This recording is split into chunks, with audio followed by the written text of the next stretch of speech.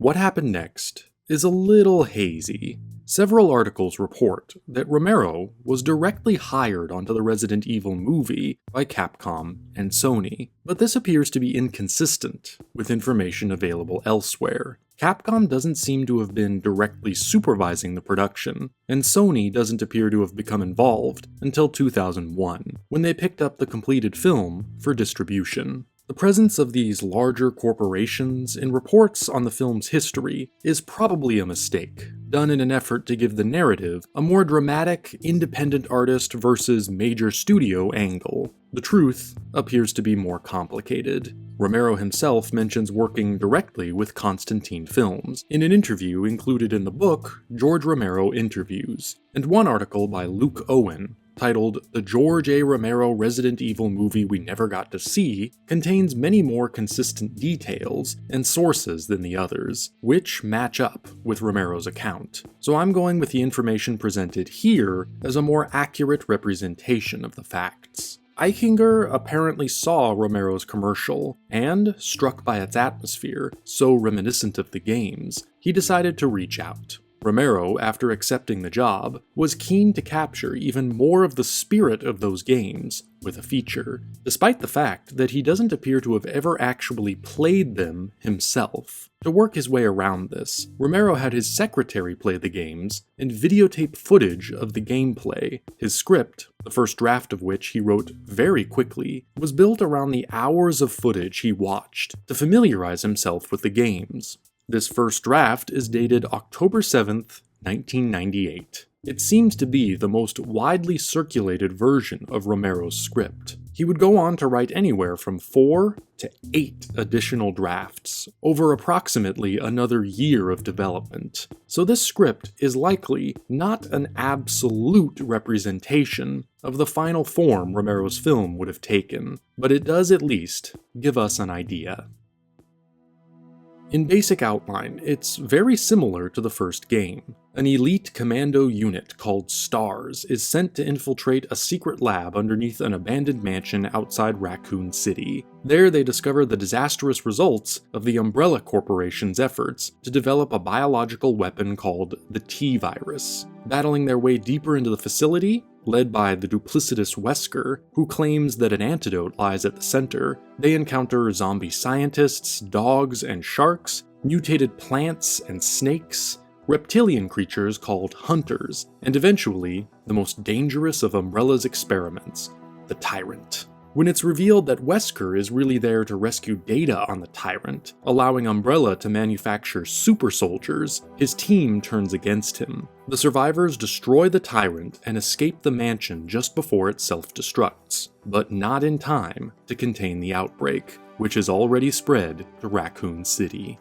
Romero's script moves with purpose and momentum, traveling breathlessly from set piece to set piece. It's packed with all the familiar iconography of the game, the settings, the monsters, even the color-coded keycards that grant access to the lab's deeper areas. But Romero has also made the material his own. Several key characterizations and narrative motivations have been altered. Chris Redfield, our protagonist, instead of being a STARS officer, is presented as a part Mohawk civilian. He ends up involved in the team's secret mission after he goes searching for his girlfriend, Jill Valentine. She turns out to be an undercover STARS agent, tasked with monitoring the mansion. Later in the script, we also get a surprise appearance by another character, not introduced until the second game, Ada Wong, written here as a scientist who helped develop the T-Virus. Romero uses details and alterations like this as a way of introducing his own stylistic elements. He adds layers of irony, campy humor, political satire, and social commentary. By making the hero Native American and non-military, Romero injects the story with his own anti-authoritarian sentiment. It becomes a dark and cynical critique of American militarism and corporate corruption, kind of an expanded version of his 1973 thriller, The Crazies. True to form, Romero delivered his messages through an abundance of pulpy thrills. his Resident Evil would have had no shortage of blood and gore. Nearly every scene features someone or something meeting a creatively gruesome end. In fact, his script was so overloaded with carnage that it appears to have caused some hesitancy at Constantine Films. Romero had pushed up against the boundaries of the American rating system before. His previous films, Dawn of the Dead and Day of the Dead, had both been released unrated.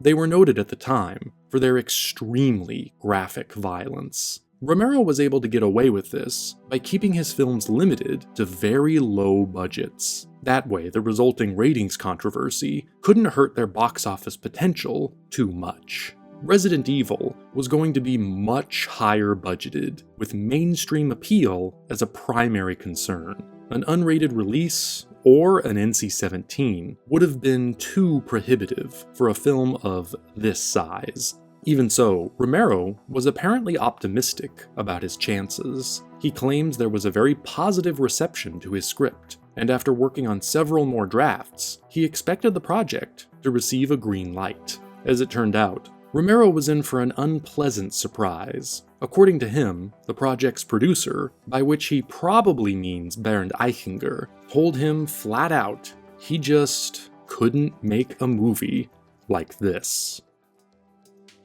The project lingered in uncertainty. Romero was let go sometime in late 1999 or early 2000, and Constantine Films had trouble finding a replacement. Stephen Norrington, director of Blade, and emerging slasher filmmaker Jamie Blanks were two of the names allegedly considered. According to Luke Owen, at that point, the film started losing momentum, and probably would have been cancelled altogether if not for the efforts of Paul W.S. Anderson.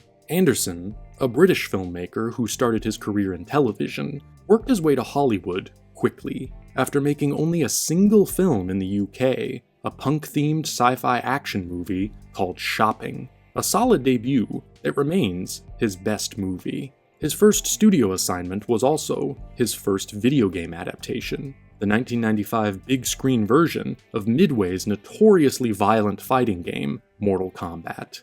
Produced for less than $20 million, a mere fraction of what effects blockbusters were costing at the time, Anderson delivered something impressive and unexpected. Instead of a mindless bloodbath, his Mortal Kombat was an atmospheric visual feast, bringing to life the game's larger ideas of other worlds and supernatural forces. Reviews were mixed, but the film was a hit. Anderson had established himself. Unfortunately, he wouldn't live up to the promise of his early career. After directing 2 box office flops in a row, he was in need of a project that would turn his luck around. A fan of the games, the possibility of making a movie out of Resident Evil excited him. Constantine Films was not so sure. A lot of money had already been spent developing the film, and they didn't want the additional expense of ordering another screenplay, so Anderson offered to write it on spec. Writing on spec basically means the screenplay is written for free. When the studio reads the finished screenplay, they can decide then whether or not they want to pay for it. Anderson was taking a chance, but he made sure to cover his bet.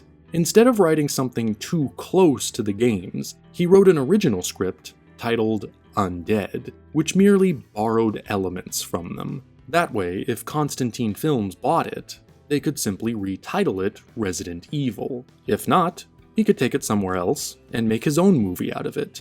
This explains why his eventual adaptation seems to bear so little resemblance to the games.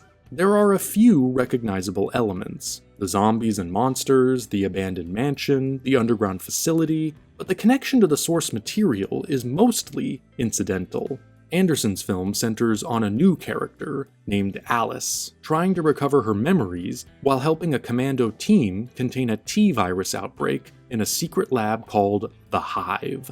Bordering on the incomprehensible, the story follows Alice as she uncovers her memories, confronts a murderous AI called the Red Queen, and battles a wildly convoluted conspiracy revolving around the Umbrella Corporation. Constantine Films seems to have liked this script, because of course, it was the one that got made. Resident Evil was finally released in 2002. The finished movie is action-heavy, without the enjoyable variety of Romero's script, and Anderson seems to have struggled with the budget.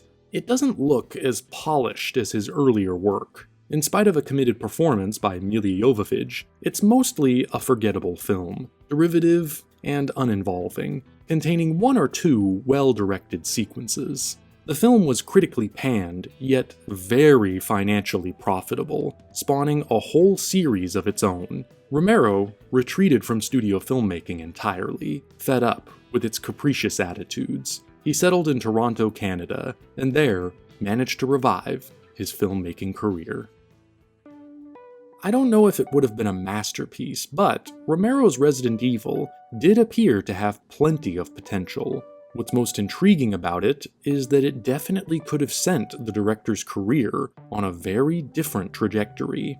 As it is, I'm glad to have the films that Romero did manage to make. His long-awaited return to the genre he pioneered in 2005's Land of the Dead may have even borrowed somewhat from his larger-scale ambitions on Resident Evil. With this film, he was arguably at more of an advantage. He didn't have to worry so much about ratings restrictions, since, with the advent of DVD, he could easily release an unrated director's cut, and by writing an original story, he was able to lean much further into his flair for social commentary. Although Romero's adaptation never made it through to completion, Resident Evil's presence in the popular imagination owes a tremendous debt to his influence. It is thanks to his highly original and still unmatched contributions that we even have this genre in the first place.